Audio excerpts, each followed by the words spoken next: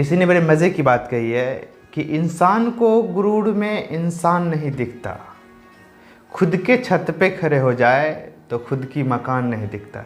Hi guys, मैं मिथिलेश मेहता। एक छोटी सी कहानी भगवान महात्मा बुद्ध की।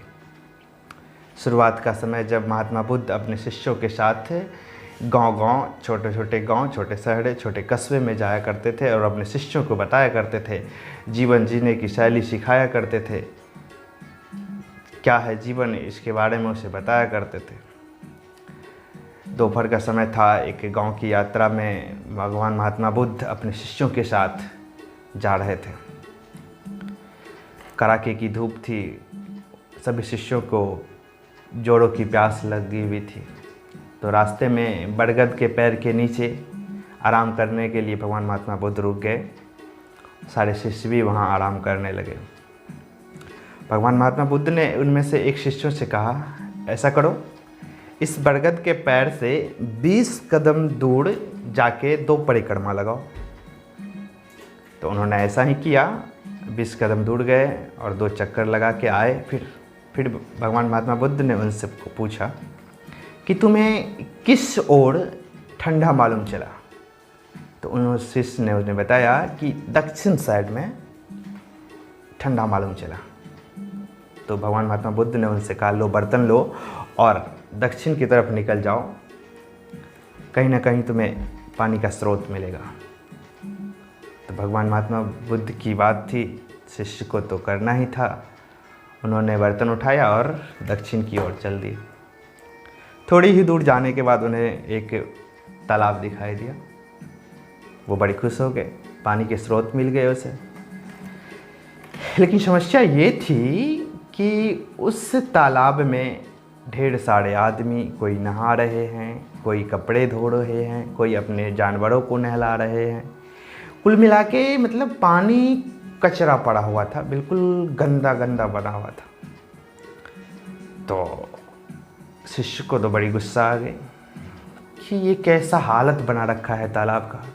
स्वच्छ पानी नहीं रख सकता, जो हम सभी को पीने तक के लिए भी नहीं मदद हो सकता है।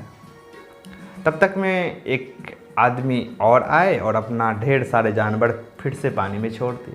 मिला जुला के पूरा पानी कचरा हो गया। अब इनके अंदर, शिष्य के अंदर तो गुस्से और भी आगे बढ़ गया। लेकिन करते भी क्या। फिर उन्होंने लौट के भगवान महात्मा बुद्ध के पास आए और अपने गुरुदेव से कहे, माफ़ कीजिएगा गुरुदेव, मैं आपके लिए पानी नहीं ले आ सका। तो भगवान महात्मा बुद्ध उनसे पूछे, ऐसा क्या हुआ जो तूने पानी नहीं लाया। तो उन शिष्य के अंदर जो गुस्से जो अंदर में भरा हुआ था, वो अपना गुस्सा निकाल दिया और उन्हें कह सुनाए कि तालाब तो मिली, लेकिन वहाँ पे ढेर सारे आदमी थे। कोई नहला रहे थे अपने आप को, कोई अपने जानवर को नहला रहे थे, कपड़े धो रहे थे। कुल मिला के पानी कचरा हुआ था और इसलिए मैं आपके लिए पानी नहीं ले जा सका। माफ़ कीजिएगा गुरुदेव। भगवान महात्मा बुद्ध अपने शिष्यों के बोला, ठीक है, आओ बैठ जाओ, मुझे यहीं कुछ देर आराम करनी है, फिर आगे के लिए निकलना है। 2 घंटे आराम किए।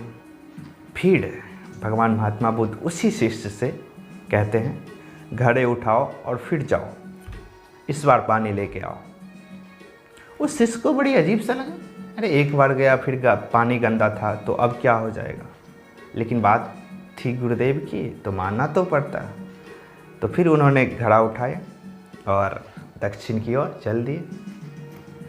और फिर वो जो गए तो वहाँ आश्चर्य की बात ये थी कि वहाँ एक भी जानवर थे, ना ही एक आदमी थे, और पानी बिल्कुल साफ। और वो शिष्य खुद अपना भी पानी पिए और घड़ा में पानी भर के अपने गुरुदेव के लिए लेते आए। और फिर इस बार गुरुदेव से आके कहे, गुरुदेव पानी तो बिल्कुल साफ था, गुरुदेव सिर्फ मुझे इतना बता दीजिए कि ये पानी साफ कैसे हो गया। तो गुरुदेव उनसे बताए कि उनमें जो जानवर थे, जो आदमी थे, वो नहला के चले गए। पानी की जो भी गंदगी थे वो नीचे बैठ गए। पानी तो पहले भी साफ था, फिर तुम्हें साफ पानी दिखने लगा। फिर महात्मा बुद्ध अपने शिष्यों को समझाते हुए कहा, जिस तरह पानी की गंदगी समय के साथ नीचे बैठ गए और पानी बिल्कुल साफ़ हो चुका था, उसी तरह हम मानव के दिमाग में भी कभी गुस्से आ जाते हैं। सिर्फ उसे समय दें, समय के साथ आपके गुस्से भी शांत हो जाएंगे और आपको लगेगा कि हम जो गुस्से में करने वाले थे वो गलत था। बस एक छोटी सी कहानी बहुत बड़ी सी बात सिखाती है। बस मैं मिथिलेश मेहता इतना ही कहेंगे, अपने दोस्तों के साथ, अपने सगे संबंधों के साथ, अपने भाई बहनों के साथ खुशियाँ बांटिए। ज्ञान तो हर किसी के पास होता है, बांटना है तो खुशियाँ बांटिए। मैं ऐसा करता हूँ, शायद आपको ये कहानी अच्छा लगा हो। अगर अच्छा लगा तो इस चैनल को सब्सक्राइब करें, लाइक करें। और मैं कहना चाहूँगा कि अगर आप सभी दोस्तों के पास अगर कोई एक अच्छी सी कहानी हो तो मेरे डिस्क्रिप्शन में ईमेल है, ईमेल पे आप अपना कहानी को मैसेज कर सकते हैं।